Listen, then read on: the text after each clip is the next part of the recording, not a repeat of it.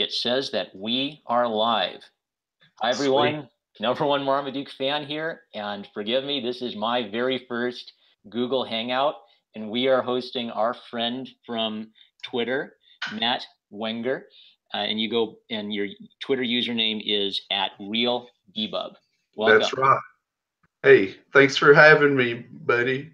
And you got my name right this time. You always say Wagner. I noticed that. I read it carefully. I had to turn off my my dyslexic brain, and get it right. I did a little homework this time to make sure I got all the URLs right. I actually forgot that my cam was on, and there's a little delay in the live stream, so I pulled it up so I could watch the chat, and then my face appeared on there after I was done talking, and I was like, "Whoa, what's going on?" Is it caught up now? Well, there's just an automatic delay. I didn't expect to see myself. Okay. That's all I'm saying. If you don't like it, I guess you could. You've already docked your face, so you could turn off the camera. There's my wife in the background. Hello, say hello, YouTube. All right, so I am really excited because Real Bebub, you are working on comics. You've got Dragon Knight Aldrake, and you are working on a new one called Penny Cuffs, and you are looking for a publisher for it. You're considering crowdfunding for it. So I'm just tell people who haven't seen your comic work yet. Tell them a little bit about what kind of comics you like to make, and what we should dig about them. Well, I'm really excited about Penny Cuffs Adventure Excursions because I made it specifically with this community in mind.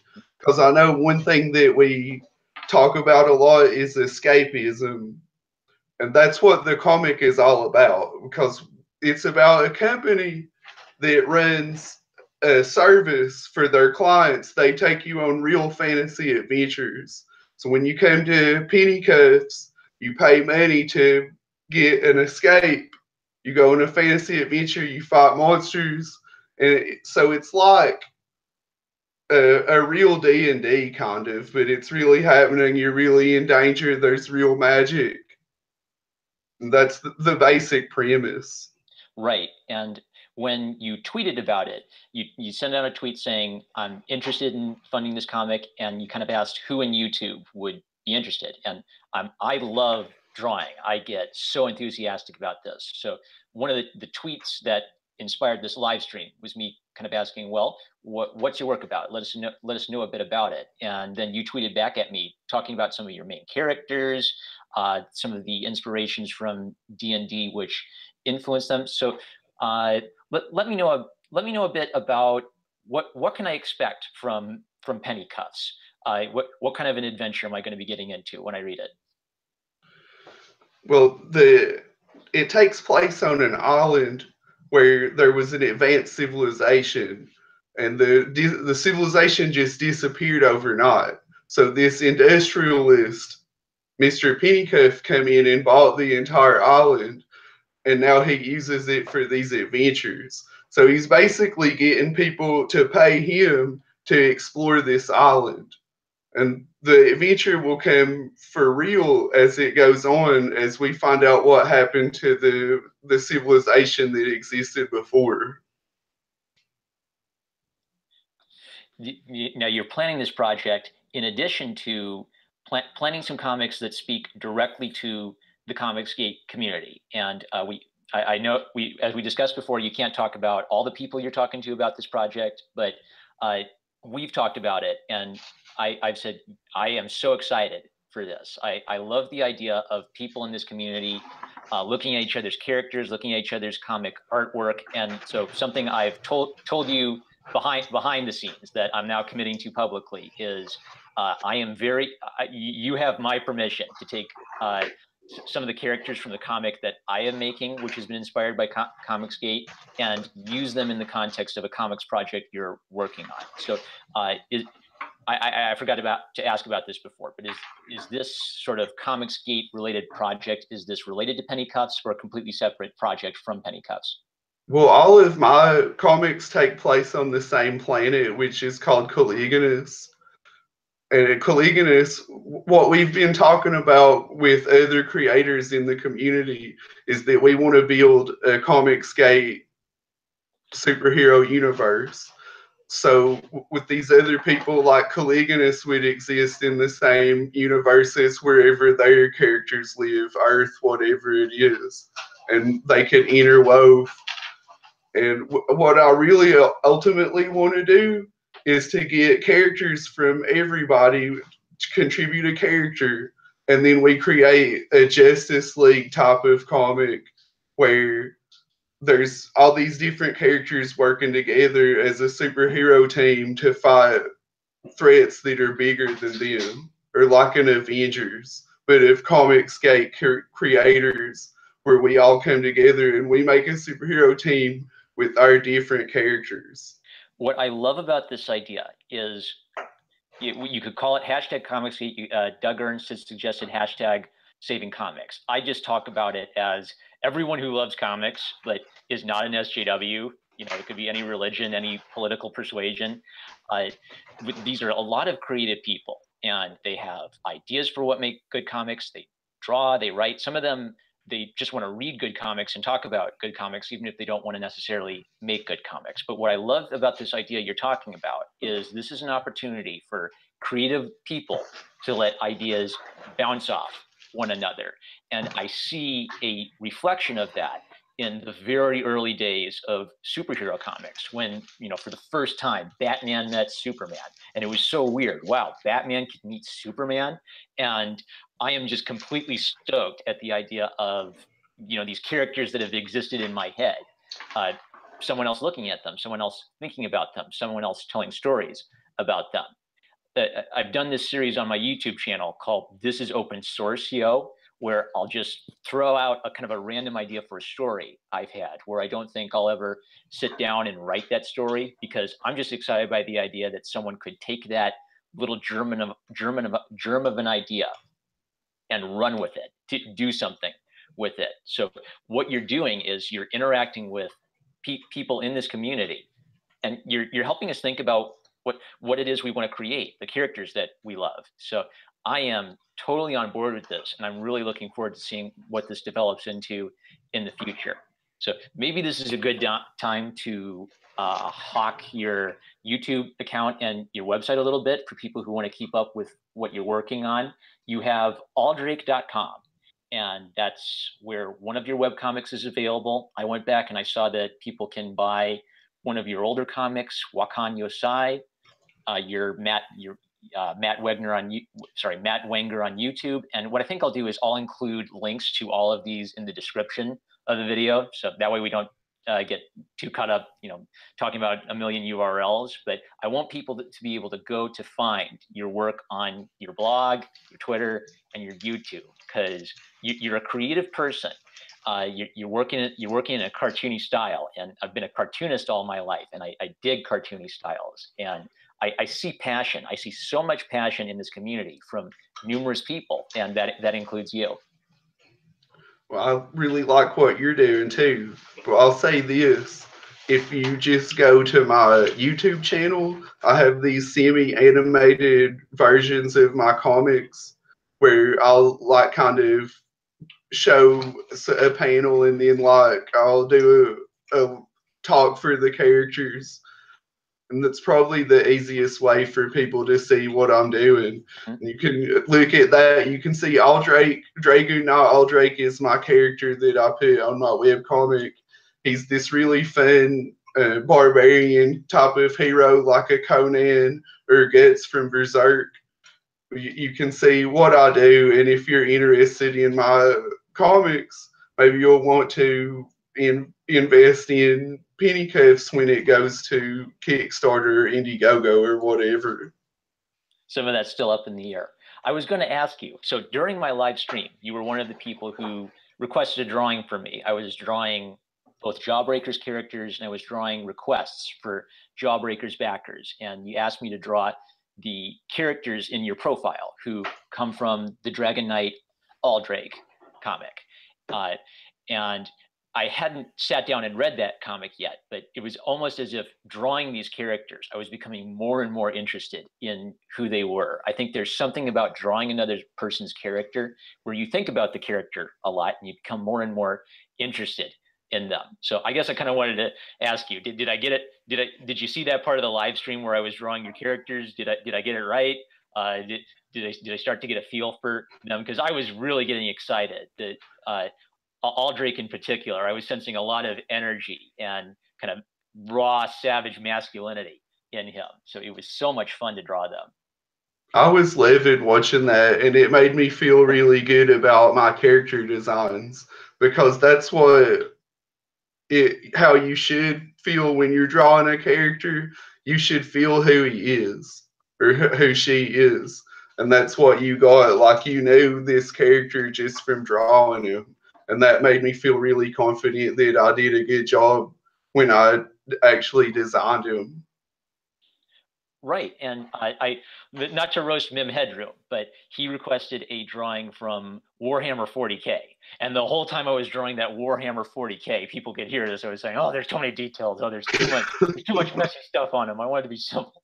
I really love, and there's nothing wrong with having lots of details on a character, but I tend to have a preference for simple, understandable characters. And that might get a lot at what a lot of popular comics is simple ideas. There's nothing wrong with complicated ideas in comic stories, but the history of the medium has been about very simple stories with very simple, easy to understand characters. And I think that's the heart of what comics has been for a long time, that we can't miss if we want comics to succeed and grow in the future.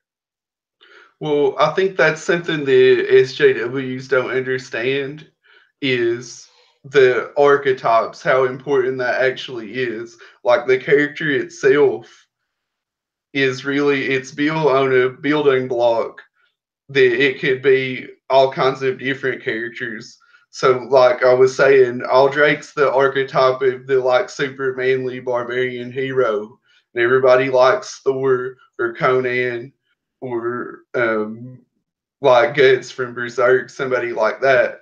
But that character, it's instantly relatable.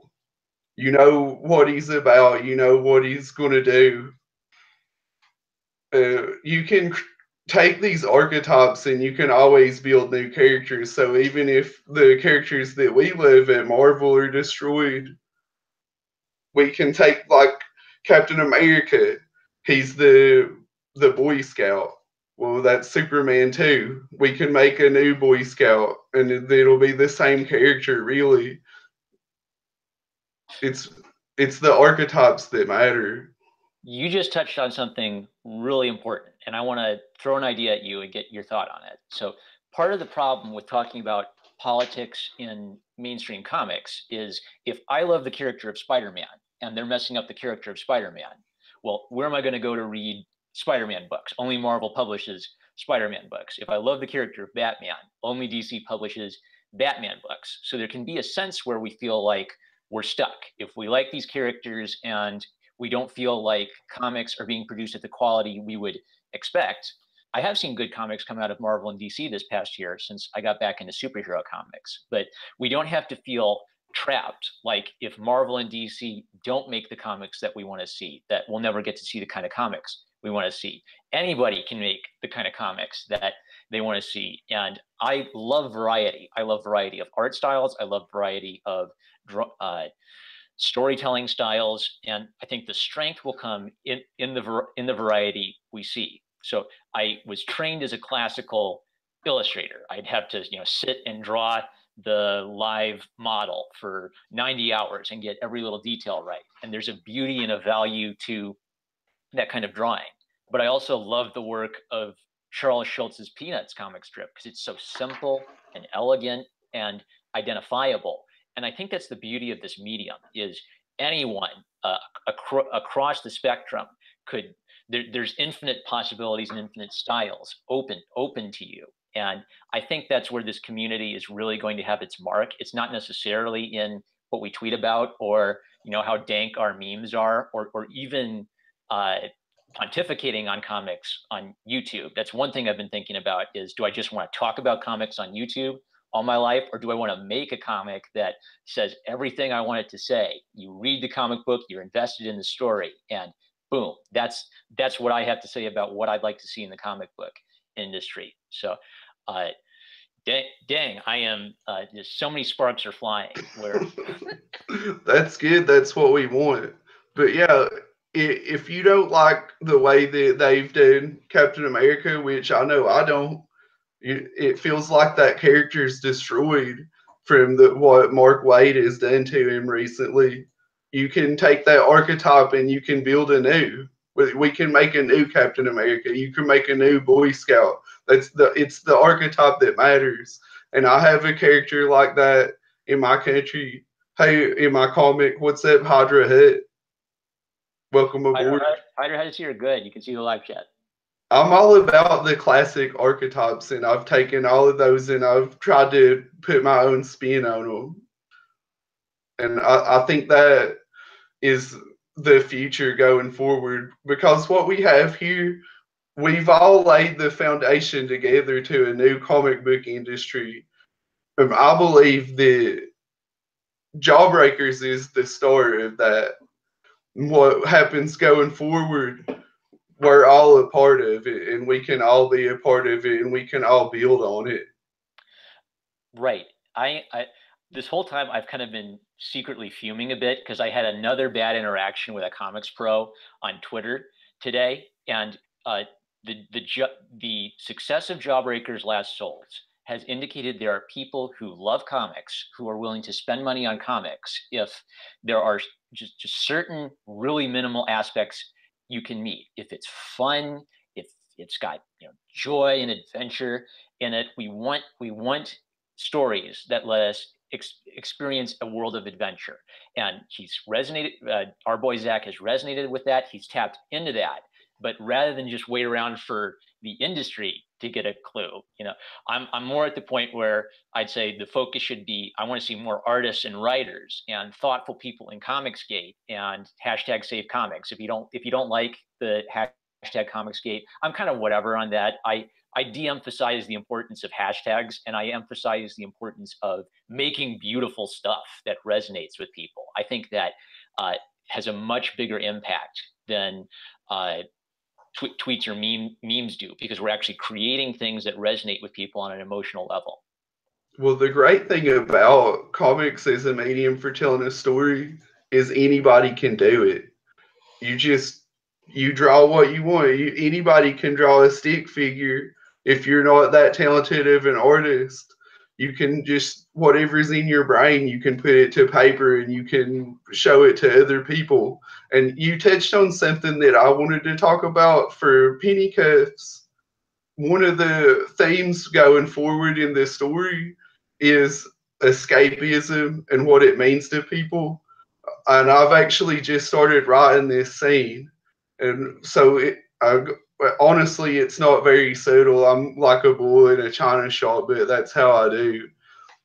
But I was thinking about how the people, they work these jobs that they don't really want to, but at the end of the day, they take care of their family, they feed themselves, they pay their bills, and you got just a little bit of money left over for entertainment because you just want to escape from your daily life. And you can't get that anymore because everything's so serious and political. Where's the escapism? I was talking to a friend at work about The Last Jedi, and this guy is a SJW, like hardcore, but he was talking about the way that they do Poe at the end of the movie. And he says, it's a good message, man. It says you can't always be the hero. And I was like, but that's not escapism. That's not what it's supposed to be.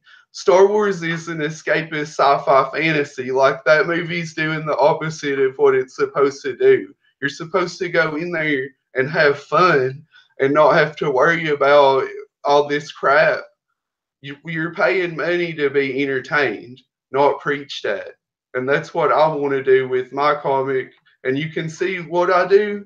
I'm not the best artist ever. I'm never going to be a Ethan Van Sciver or a John Malin, but my stuff is fun. And when you read Dragoon Knight Aldrake or you read Penny Cuffs, Adventure Excursions, you're going to have a good time. Yep. I am a 100% advocate for that mentality towards one's own work. So you and I talked a little bit about my own comic project in behind closed doors, and I'll just say that the thing I've noticed about me is if I get obsessed over everything being perfect, then I just have months go by procrastinating on it because it's like it's become a baby, and every little detail, every little whisker has to be elegantly defined. But then once I say, okay, I have flaws as an artist, but I can still tell a story, then it becomes okay to make our boy Zach, he got completely roasted by Nurkish. Nurkish rose to fame for completely making fun of Diversity in Comics Baby. And we had fun talking about that. We all made fun of ball fondlers and had a laugh about it, but it's not like we're denigrating it. I appreciate that Diversity in Comics was willing to do that and put that out there. And it's sort of like his ability to just talk about what he's thinking about in comics and resonate with people. He literally started my channel. Number One Marmaduke Fan is literally a joke inspired by a video he may have deleted. And now with Jawbreakers, it's sort of like 2.0. I say, okay, if this person I like, who makes these YouTube comment I resonate with, if he can buckle down and make his vision become a reality, I can buckle down and make my vision become a reality. And I don't have to let perfectionism get in the way of telling a story to people that I care about. Well, it's good to have an eye for detail, but you have to know where to draw the line. I have this best friend growing up, and he actually is a co-creator for the character Aldrake, so I can give him props. His name's Keith Collins, but Keith is a phenomenal artist. Like he can draw the coolest stuff that you've ever seen, but he never finishes everything because that he's so meticulous. He seriously has never finished a single comic page. Oop. My Hello? friend, are you there? Did I lose you? I think your audio clipped out for just a second, but then it came back. Did it get everything about what I was saying about my homie? It got his name, and then you were talking about his way of working, I think, and then I noticed it clip out, and I got a little distracted. So Oh yeah, I think it was just your last two sentences, maybe. he's just so detail oriented that he never finishes anything. So, and I always tell him, like Keith, your art is great. Like if you would just not focus so much on details, you could seriously do something with this. But he's never finished a single comic page ever.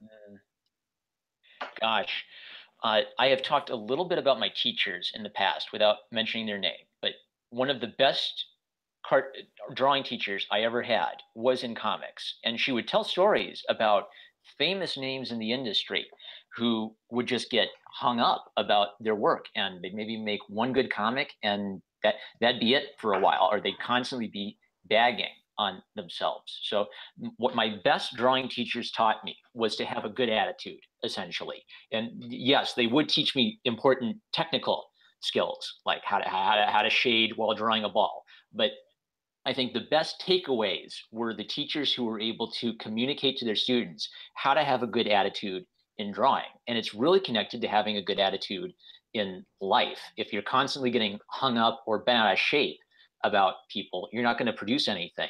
If you think about your drawing as, a skill you're improving in, and a vehicle for expressing what's on your mind, and you're excited about it, then you're just going to start drawing naturally and making lots of creative stuff.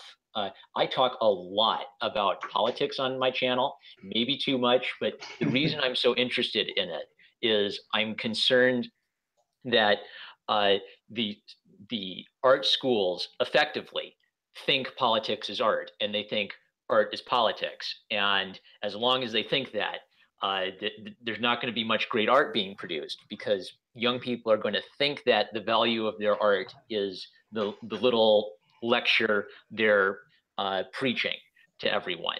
And once I kind of came to those conclusions on my own, it was like I was finally able to say, okay, I'm drawing again. I don't care about that whole overly complicated what's the word for it? Egg-headed structure. Some of it's valuable. Some of it's worth knowing about, just so you kind of know, okay, here's what they're thinking about. Here's what's coming down the pipeline. But once you sort of take off the magical wonder glasses that they want to put on you, the SJW art glasses, then it's sort of an emperor has no clothes moment. And you say, okay, these people aren't really interested in making art. They aren't really interested in making comics. They're interested in using comics as a vehicle for teaching you their political notes, essentially. And once you've reached that point, then I don't even care if they dox me and come after me, because at that point I'm not making art for them anymore. They hate the escapist art we've been talking about. They hate the stories of heroism and virtue that we've been talking about. I used to think I could make a story about escapism and virtue that SJWs would read, and it'd be kind of like a stealth way of saying, "Oh, well, I've got a girl character. Isn't this great? Oh, aren't I part of the cool, hip, progressive club?" But then once you see them going after everything, calling everything sexist, calling everything racist, calling everything homophobic, that's when you have to say, okay, that's enough. These people aren't going to buy. These people don't buy comics. They're not going to buy your comics. Don't let them dictate to you what your art should be, what your story should be, and what your imagination should be. It really is like a cancer. So I was before I got involved in Comicsgate, I was in Gamergate for years and years. And I've seen just the way that they see an activity that people are enjoying and escaping from their drudgery of their life, and they're like, no, that we can't be having this fun. Somebody needs to be preaching to these people the gospel of soap jazz, and people are just getting so sick of it, to destroying escapism, destroying these beautiful stories. And we've talked about before really how important it is for kids to have these heroes to look up to. I mean, when I grew up, like, I wanted to be just like Goku or like Batman or something like that. And that really molded who I was as a person. And I think it makes you strive to want to be better. And it's a good role model for kids to have. But when you have I don't even know what these heroes in these comics do anymore. I see like Batgirl just hanging out in a coffee shop or whatever, talking about pronouns. It's just weird. Right.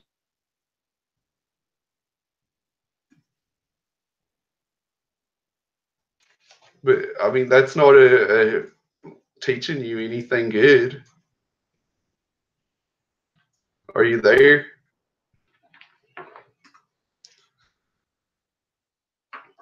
Oh, chat, can you hear me? I don't know what happened to Marmaduke.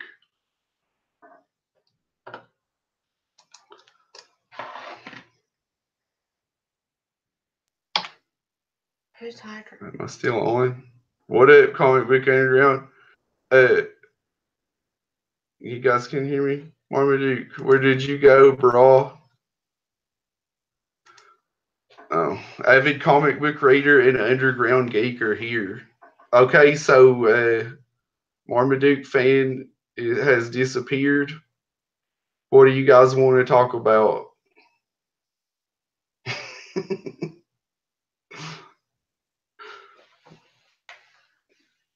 My wife is giving me bunny ears. Oh no! I was afraid he was about to dox himself. The Duke has disconnected. Whoa, you're showing your face, dude.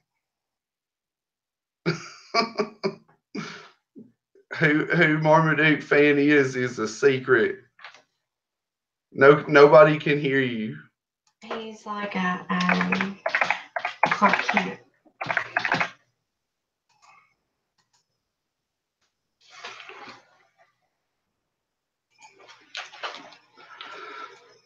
So you guys want to talk smack about him while he's gone? I think that his yellow fur is really dumb. Oh no, yellow fur. That's gross. I would never have a dog with yellow fur and sunglasses. It's dumb. And whatever that turtleneck is he's got on. It's a mock neck. It's a mock neck. Mhm. My wife says it's really stupid.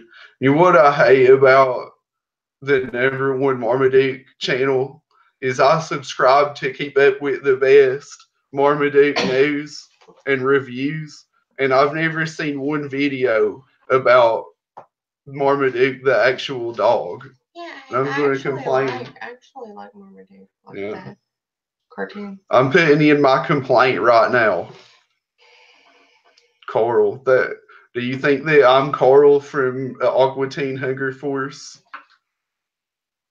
Is that what you're saying, Greg? Oh, look at that. Look, he's probably a closet furry. Look at that pool. It looks like it's tearing ass around the yard, but it's standing still. But still waters run deep, eh? I'm calling the manager. Underground Geek wants his money back. We saw his video stream for a second. Hey, Still can't hear you, Duke. Oh man, I'm starting to really miss the guy now. I feel sorry about saying those things. I don't. so how many people are watching you guys? 7? We had 11 people. Guys, thanks for coming. Marmaduke says he's going to give it a go another time, I guess. That's what we were talking about, my comic. I guess he'll probably have this video up. You can watch the whole thing later. We had a good conversation, and we talked about all kinds of stuff. And I appreciate this community, appreciate #1 Marmaduke fan. Yeah, we're going to, I guess, cut it short because he is gone. But thanks for watching, everybody.